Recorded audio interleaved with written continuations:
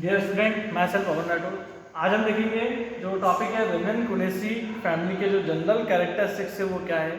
जो फैमिली है दी गई आपकी टेक्सोनॉमी चैप्टर में, रेनन-कुलेसी इसके सामान्य लक्षण क्या होते हैं।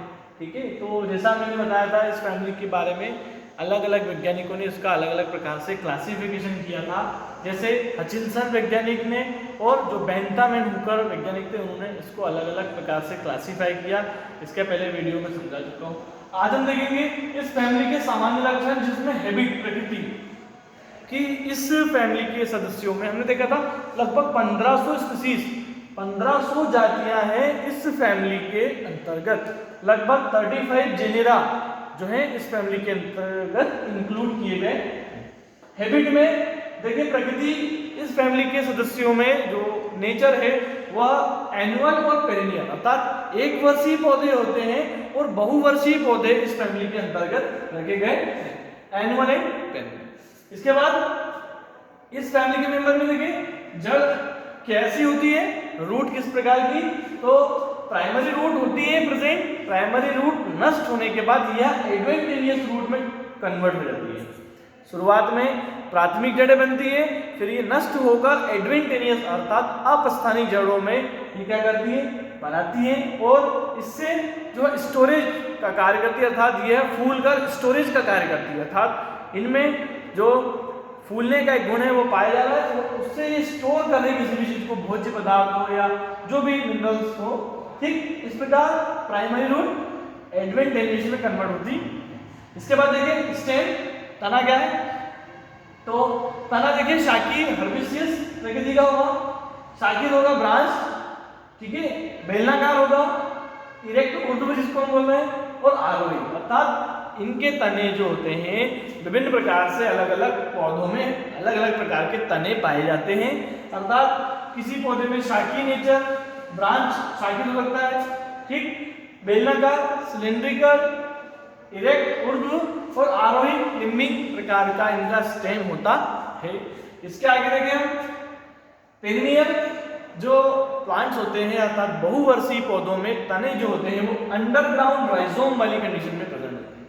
एग्जांपल दिया है एकोनिटम, एकोनिटम इसका उदाहरण दिया है। अंडरग्राउंड राइजोम होंगे जो कि एग्जांपल है का हमारा पेरिनियल प्लांट्स अर्थात बहुवर्षीय पौधों में तने जो होते हैं अंडरग्राउंड राइजोम वाली कंडीशन में प्रेजेंट होते हैं। जो एकोनिटम प्लांट है उसके अंदर ये बताया गया। लीफ देखिए, लीफ किस प्रकार की होती है, तो लीफ रेडिकल अल्टरनेट क्रम में होगी किसी पौधे में, सिंपल। ये जो एक मेंबर है रेनन-कुलेसी का सदस्य है जिसमें कि एक्विडिलिस, इसमें लीफ जो है हेट्रोफिली का गुण पाया जाता है। एक सदस्य का नाम है रेनन-कुलेस एक्विडिलिस। इस सदस्य में जो हेट्रोफिली है वह गुण पाया जाता है। कई बार एग्जाम में आया है कि एक सदस्य का नाम बताइए जिसमें हेट्रोफिली का गुण या प्रॉपर्टीज पाई जाती है।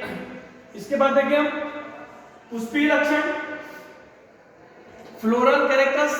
तो फ्लोरल कैरेक्टर्स ही इंपॉर्टेंट होते हैं किसी भी फैमिली के डिस्क्रिप्शन में, जिसमें हम देखेंगे इनफ्लोरेसेंस अर्थात पुष्पक्रम, ठीक है।